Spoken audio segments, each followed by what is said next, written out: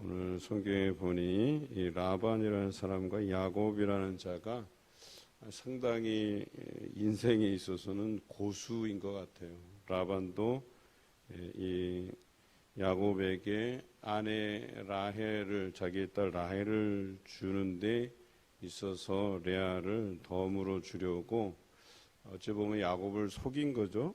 속여서 먼저 레아를 주고 또 7년 더 일하게 하는 조건으로 라헬을 주는, 그래서 총 14년을 그를 위해서 일하게 만들었고, 또 야곱은 형에게서 그 장자의 축복권을 속여 빼앗은, 그래서 팥죽 한 그릇에 장자의 축복권을 따내고 또 아버지를 속여서 자기가 에서인 양 그렇게 꾸며서 축복을 받게 되지 않습니까?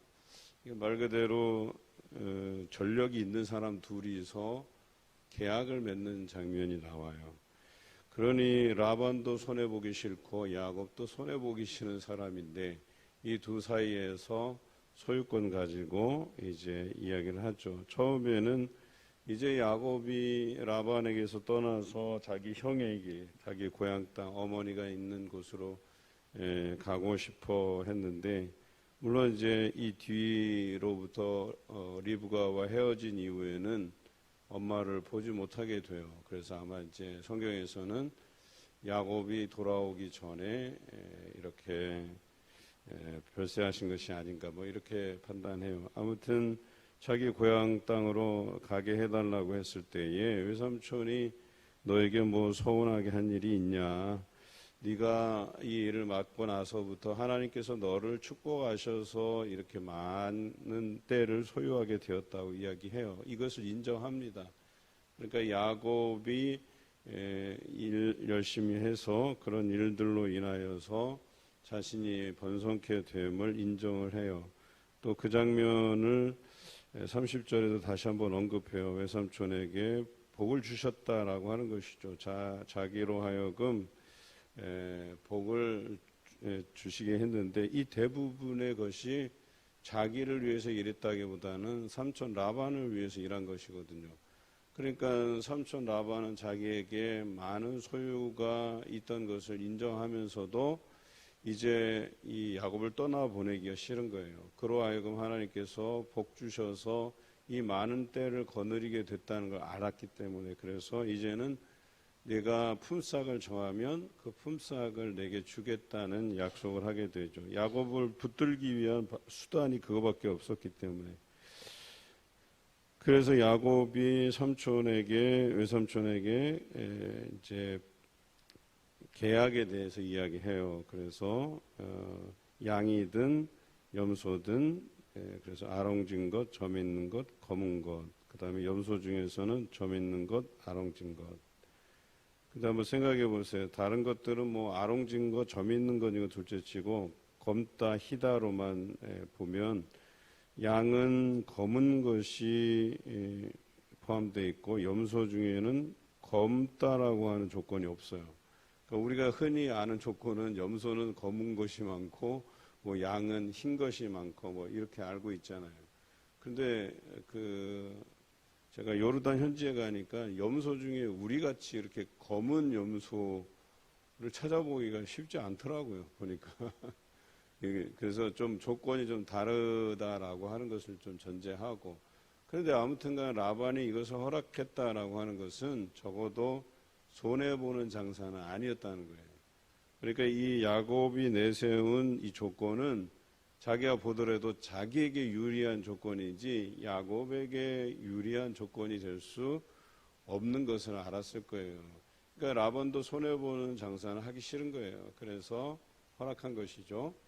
그래서 많은 분들이 그냥 우리 한국의 여건으로 볼 때는 염소는 주로 검은 게 많고 양은 흰 게 많으니까 그냥 이 문자적으로 볼 때 이런 조건이면 그냥 야곱이 좀 불리한 거 아니겠냐 뭐 이렇게 해석하는 분도 계시겠지만, 제가 요르단 현지에서 양과 염소를 섞어 키우는 것을 봤을 때는 꼭 이런 조건에 양들이 많고 염소가 많고 그런 건 아니더라고요.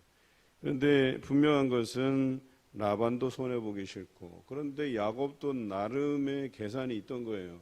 그러니까 자신이 이렇게 해보고 저렇게 해보니까 이런 색깔이 나고 점이 있고 뭐 검은 것이 나고 흰 것이 나고 거기에 대한 노하우가 있었던 모양이에요. 그래서 오늘 그것에 대해서 너무나도 자세하게 설명이 되어 있어요. 자, 그런데 왜 이런 설명을 해놨을까?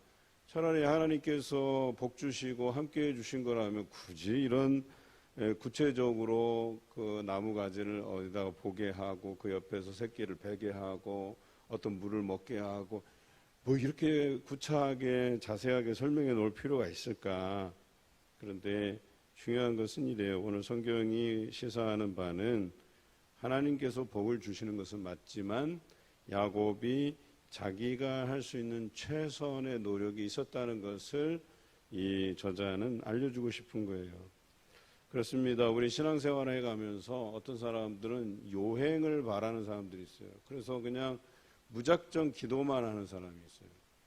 그리고 자신이 세상에서 해야 될 노력들은 손톱만큼도 안 하면서 기도하면 된다라는 식으로만 살아가는 것은 성경적이지는 않다는 거예요.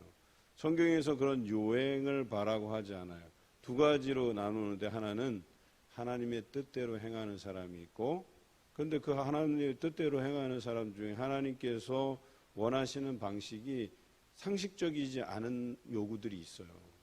전쟁을 해야 되는데 칼과 창으로 싸워야 되는데 그렇게 하지 않고 여리고성을 돌게 하다가 마지막 날에 더 많이 돌고 나팔 불고 뭐 이러한 상식적이지 않은 방법을 사용하시니까, 그럼에도 불구하고 비상식적이지만 하나님의 명령으로 받고 실행해서 응답받는 경우가 있고, 그것도 하지 않은 게 아니에요.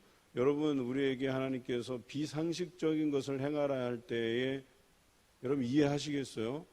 아무래도 우리 하나님은 나에게 상식적인 요구를 해야지 이렇게 비상식적인 것을 요구하시는가? 그럼에도 불구하고 그 비상식적인 것이나 하나님의 명령이기 때문에 행함으로 그렇게 복을 받았다라고 하는 것과, 또 두 번째는 인간적인 노력들이 더해진다는 거죠. 하나님께서 약속하신 것에 대해서 자신이 믿고 최대한의 노력들이 있어서 그것으로 인해서 응답되는, 그런데 그 노력들이 기도를 바탕으로 하지 않는 노력은 없어요. 하나님께 기도하고 또 주실 줄로 믿고 그렇게 해서 얻어지는 두 가지 경우들이 있다는 것이죠. 그런데 오늘 야곱은 여기에서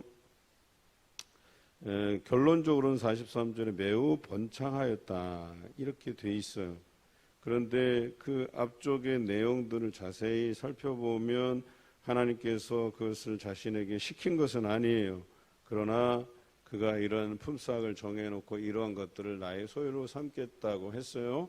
그리고 나서 열심히 일한 모습이 드러나 있어요. 그런데 그 열심히 일한 모습에 하나님께서 복 주셨다고 이야기하는 것이죠.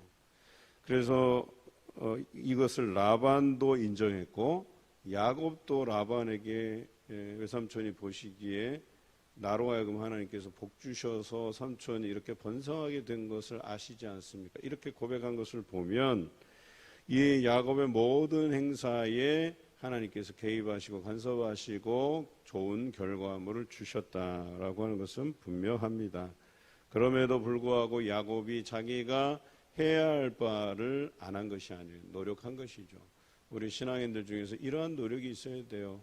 기도만 하고 앉았는 게 아니라 내가 할 수 있는, 내게 맡겨진 그 일들을 충실히 해가는 것, 이것이 사회에서 우리가 해야 될 일이다라고 하는 것이죠.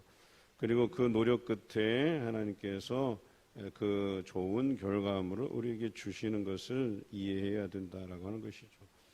또 한 가지는 인과율로는 다 설명이 안 되는 부분도 있다는 거예요.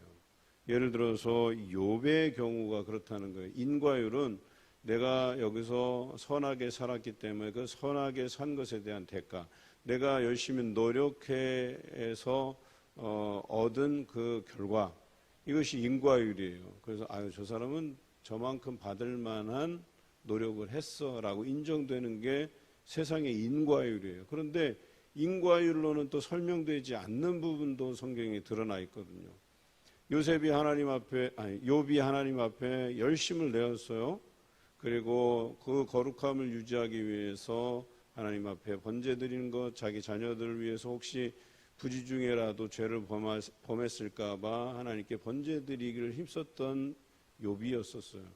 그런데 사단이 시험해 보라고 해서 하나님께서 욥을 칭찬하시면서 그의 재물과 자녀들 다 빼앗잖아요.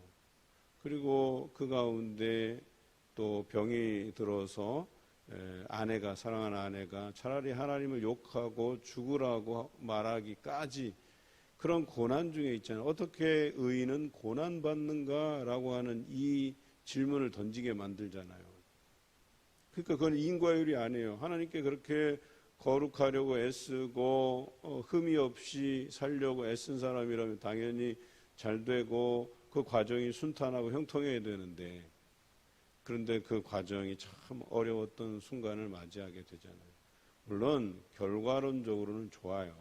그래서 하나님의 이 땅을 운영하시는 경륜을 깨달아 알게 되고, 그 깨달음 속에서 나를 단련하신 후에는 나를 정금 같게 순금 같게 나오게 하시리라고 하는 그 하나님의 계획을 고백해내잖아요. 그러니까 그걸 통해서 그가 어떤 다시금 재산과 자녀에 대해서 2배로 하나님께서 갚아주시는 것을 경험하기는 해요.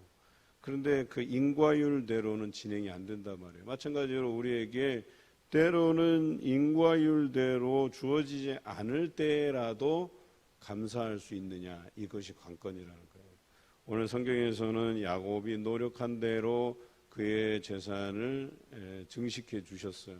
많은 소유, 양떼, 노비, 낙타, 나귀가 있게 하셨어요. 그런데 이런 인과율로 설명되지 않더라도 우리는 그것에 대해서 인정할 수 있는 믿음이 있어야 된다. 나는 이만큼 노력했는데 땅의 결실이 그만큼 따라주지 못하더라도 그것에 대해서 자족하고 만족하고 하나님께 감사할 수 있는 신앙이 되시기를 주님의 이름으로 기원합니다.